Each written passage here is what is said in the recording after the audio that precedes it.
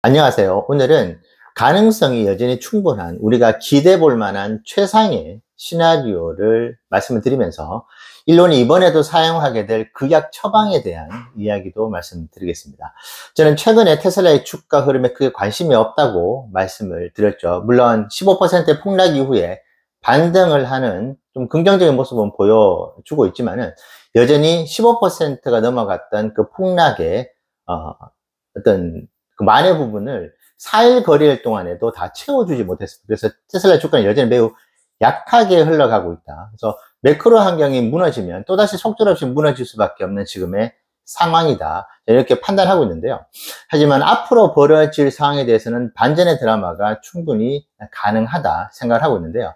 지금 이제 점점점 시간이 지나갈수록 인도랑 발표에 대한 관심이 더 커질 수밖에 없을 것이고, 그리고 이제 실적 발표 시즌이 이제 또 다가오겠죠. 이 두 가지의 큰 어떤 대형 이벤트 속에서 한번 최상의 시나리오는 가능하지 않을까, 그런 일이 벌어질 수도 있지 않을까 하는 것을 제 나름의 어떤 여러 가지 시뮬레이션을 가지고 말씀을 한번 들어봐야 될 것 같아요. 자, 지금 가장 관건이 인도량에 대한 그 부분이 뭐 폭망에 가까운 그런 이번에 인도량 발표를 기록할 것이라고 하는 것이 지금 249.98달러인가요? 그 주가에 어느 정도 반영이 되어 있느냐가 일단 먼저 관심인 것 같습니다. 그래서 저하고 와이프하고 생각이 좀 달라요. 저는 아직까지도 그 부분들이 반영이 극히 일부만 되어 있다. 현재 주가는 4사분기 실적 발표에 대한 미스 부분이 제일 크고, 그리고 여러 가지 1년에 일어나고 있는 반감, 그런 부분들이, 그리고 매크로적인 취약한 환경이 이제 작용을 하고 있기 때문에 현재까지 떨어졌다고 보고 있는데, 와이파 같은 경우에는 그래도 엄청나게 많이 반영이 되어 있지는 않는가라는 생각을 하고 있습니다. 그 이유 중에 하나가, 이번 2025년 1사분기만큼 테슬라의 인도량에 대해서 이렇게 전 세계가 관심을 가졌던 적이 없는 것 같긴 합니다. 유럽에서의 인도량이 안 좋게 나오는 족족, 프랑스부터 독일, 노르웨이, 스웨덴도 지금 이제 주니퍼가 양산이 되면서 엄청나게 많이 팔리고 있다는 뉴스가 들리고는 있지만, 그 전에는 또 폭망에 가까운 1, 2월 달에 판매량을 기록하고 있다. 이런 기사들이 이틀을 마다하고 계속 양산이 되면서 주가 하락을 부추겼었죠. 거기에 거의 활용 점정으로 중국에서의 46% 급강, 그게 이제 페이크성의 오버는 아니지만은 투자자들을 되게 현혹시키는 어떤 뉴스였죠. 그러니까 수출 물량이 그만큼 줄어들었다는 이야기인데, 이게 그러니까 우리가 홍삼을 달여 먹으면 한 3탕까지는 해서 먹는데, 지금 테슬라의 인도량 발표에 대해서 한 5탕, 6탕, 한 10탕까지 해 먹은 것 같아요. 중국에서 나왔던 그 기사도 이미 유럽에서, 중국에서 생산되는 물량의 거의 대부분은 내수 판매용 아니면 유럽으로 나가는데, 이미 유럽의 독일이라든지 프랑스, 뭐 다른 나라에서 판매량이 급감했다는 거는 당연히 수출 물량이 떨어졌다고 볼 수밖에 없잖아요. 근데 그 기사가 또 나옵니다. 같은 이야기들이 계속 반복이 되면서 주가를 계속 하락을 시켰다. 그러니까 이렇게 한 분기에 인도량 발표 전에 테슬라의 인도량에 대해서 많이 나왔던 적은 없고, 그래서 어떻게 보면 인도량 발표가 4월 1일 날 있잖아요. 그 발표 이전에 이미 미니 인도량 발표라고 해야 될까요? 계속 겹겹이 쌓이면서 인도량 발표가 계속 되어 왔다. 그렇기 때문에 4월 2일 인도량 발표는 이제는 거의 의미가 없어졌다. 이렇게 볼 수도 사실은 있습니다. 이제 선반영이 이전의 과거의 케이스로 놓고 보기에는 너무나 많이 노출이 되어 있다. 그렇게 본다면은 현재 주가가 인도량의 미스, 인도량의 큰 폭의 하락을 어느 정도 선반영했다고 볼 수도 있죠.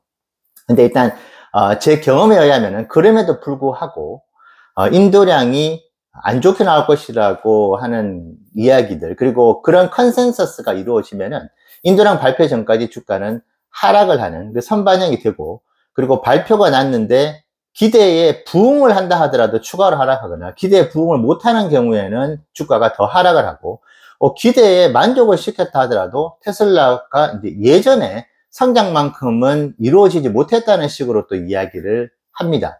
그러니까 이게 도대체 무슨 이렇게 억울한 불공평한 처사인가라는 생각이 들 정도로, 제가 인도량 발표를 듣다 보면 지금까지 1승 9패였던 것 같아요. 그래서 어떤 생각도 했냐면, 그냥 인도량 발표를 왜 하지? 실제 발표대로 가면 되는데, 인도량 발표가 나오기만 하면은, 유일하게 2024년 2분기 때 인도량 발표가 서프라이즈가 나오면서 주가가 올라갔고, 그리고 2분기 실적 발표가 있기 전까지 주가가 상승 흐름을 탔었습니다. 그 케이스가 현재 제가 최근 2년 동안에 기억하고 있는 베스트 시나리오였고, 거의 대부분의 경우에는 주가가 인도량 발표만 하면은 속절없이 떨어졌고, 그리고 그 전후로 봤었을 때도 결과가 오히려 실적 발표 때보다도 더 좋지 않았습니다. 가장 큰 이유가 있죠. 왜냐하면 실적 발표 같은 경우에 뒤에 가이던스가 있기 때문에 좀 보호막이 있습니다. 인도량 발표 같은 경우에는 숫자 그대로를 가지고 그냥 평가를 하는 것이고, 별도의 테슬라 본사로부터의 코멘트가 없거든요. 자, 그런 부분들이 있기 때문에 인도량 결과가 기대에 부응하는 수준에 그치는 경우에 주가는 하락했었고, 그리고 인도량 결과가 안 좋게 나면 더 주가가 하락하는 모습을 보였습니다. 그래서 저는 그 경험이 있기 때문에 이번에도 비슷하게 흘러가지 않을까 싶은 생각도 들지만은, 기대만한 최상의 시나리오적인 관점에서 보면은 이전의 케이스를 접목하기에는 좀 무리가 있다. 너무나 많은 인도량에 대한 안 좋은 이야기들이 나왔고, 그것이 직접적으로 주가에 하락을 불러일으켰기 때문에 이미 반영이 되어 있다라고 볼 수도 있는 것이고, 그리고 에너지 사업의 퍼포먼스가 지금 4, 4분기가 11GWh였는데 그 정도는 안 나오더라도 3분기 때 나왔던 약 6.9, 그러니까 7GW 정도의 디플로이먼트가 나오게 된다면은 전년 동기 대비해서 거의 약 2배에 가까운 에너지 사업의 성장이 있는 것이기 때문에 그 부분들이 주가에 긍정적으로 작용할 수가 있다고 봅니다. 2024년 4, 4분기 때 인도량이 생각보다 미스가 나서 떨어졌다가 그 다음날 바로 에너지 사업의 퍼포먼스가 워낙 좋았기 때문에 그것이 그 다음날 주가에 반영을 해주면서 주가가 인도량에서 이틀 간격으로 보면은 거의 주가가 플랫하게 움직였다. 그렇게 볼 수가 있는 그런 사례도 있거든요. 그렇기 때문에 제가 보는 관점에서 베스트 시나리오는 지금 이미 인도량에 대한 부분들이 다 선반영되어 있다. 그래서 인도량 결과가 안 좋게 나온다 하더라도 에너지 사업에 대한 퍼포먼스가 좋게 나오면은 주가가 유지가 되거나 오히려 올라갈 수 있는 시나리오도 존재를 한다. 자, 근데 여기서 전제가 있죠. 이제 남아있는 약 3주 동안의 3월 달에 주니퍼의 램프업이 조금은 놀랄 정도의 어떤 성적을 거두어 줘야 된다는 전제는 있습니다. 그것이 안 된 상태에서 만약에 진짜 그것이 안 된다면은 30만 대 초반까지도 떨어질 수 있는 리스크가 있는 것이거든요. 그런 경우에는 이 시나리오가 존재하기는 힘듭니다. 그래서 내일 이제 중국 주간 판매량이 나오죠. 그래서 뭐 15,000대는 기본적으로 넘어가지고 한 17,000대, 18,000대를 찍어주면 지금 1 단위로 주니퍼의 양산이 계속 중국에서도 높아지고 있기 때문에 그리고 이미 유럽에서 좋은 신호가 떴죠. 그 신호가 떴다는 것은 유럽 전역으로 주니퍼의 판매량은 늘어날 수밖에 없을 겁니다.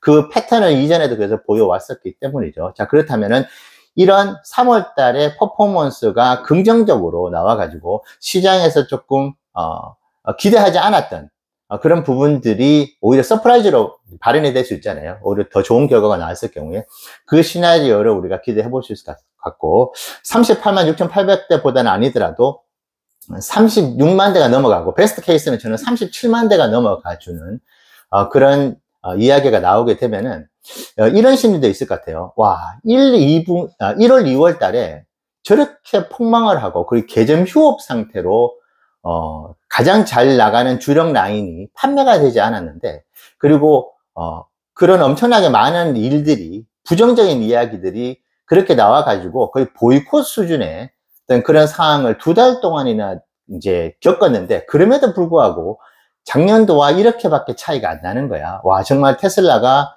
정말 대단하구나. 3월 달에 보여주는 어떤 대량 생산 능력에 대해서 다시 한번 인정을 해줘야 될 것 같아.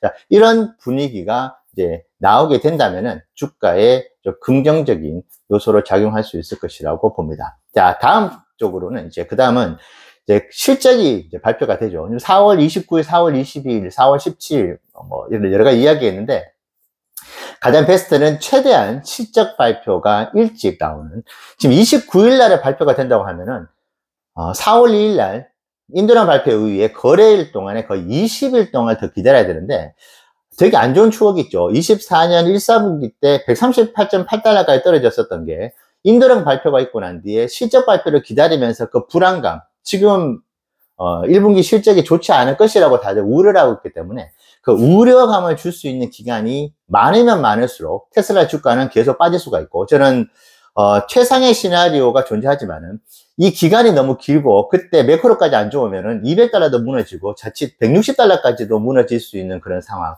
시장은 테슬라의 실적 발표 전에 우려가 많으면 많을수록 주가가 항상 하방으로 내리꽂았던 케이스들이 있었고, 이거 역시도 지금 이미 과거 데이터로 나오는 것이기 때문에 그 데이터를 이미 기관 투자자들이나 개인 투자자들이 알고 있거든요. 그래서 미리 좀 매도를 한다거나 하는 그런 사전 준비를 할 수 있기 때문에 주가가 거기에 맞춰서 떨어질 수 있거든요.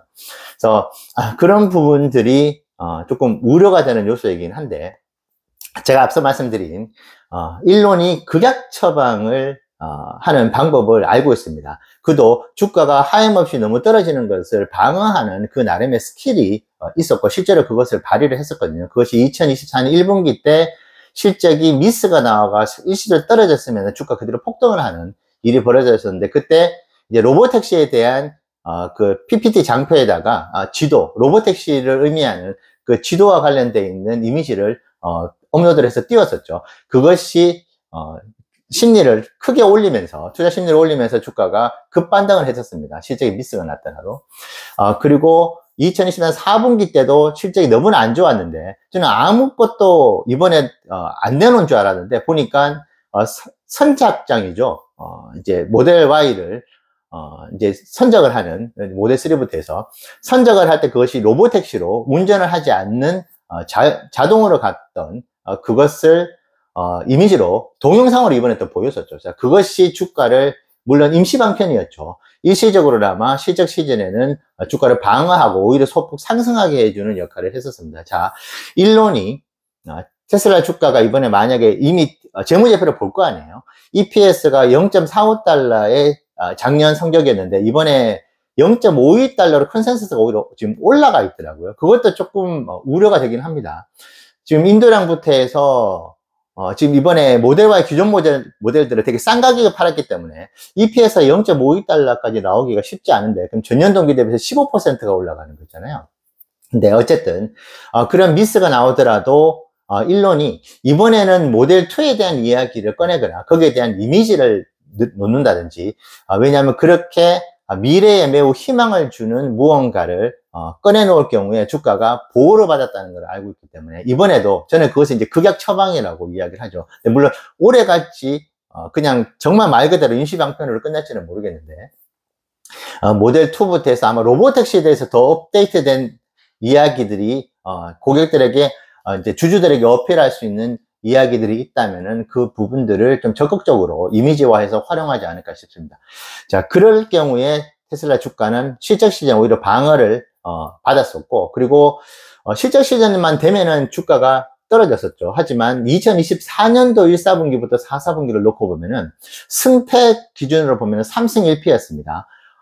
오로지 2024년 이제 2사분기 때만 이제 실적이 예상을 미스하면서 주가가 더 떨어졌었는데 1사분기, 3사분기, 4사분기조차도 테슬라는 실적 발표 때 성적이 좋았습니다. 주가가 올라갔었거든요. 자, 그렇기 때문에 저는 지금 상황에서 실적 시즌에 대한, 실적 발표 날에 대한 걱정보다는 인도량 발표가 났었을 때 그 전후가 좀 더 걱정이 되는데, 지금 말씀드린 이제 최상의 시나리오, 인도량 발표가 이미 다 선반영이 되어 있고 3월 달에 대박에 가까운 퍼포먼스가 나오고 그 지금 징후가 보이고 있기 때문이죠. 그렇게 돼서 인도량이 어떤 시장에서 기대하는 수준 그 이상으로 나와주면서 주가가 지금 주가에서 방어가 되는 250달러에서는 방어가 되고, 실적 발표 때 이제는 더 이상의 리스크들이 더 주가에 반영이 되어 있지 않는 그런 기대감으로 가득한 주가가 실적 발표 위에, 가이던스 발표 위에 나면서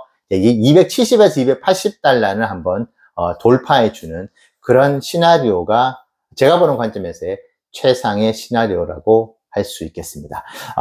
지금 여러분들께서는 대형 이벤트 2개를 이제 앞두고 있는데요. 제가 과거의 사례들, 그리고 그때 있었던 주가 흐름을 가지고 오늘 여러분들께 말씀드려 봤습니다. 여러분들 투자에 좋은 참고가 되시면 좋겠습니다. 네, 감사합니다.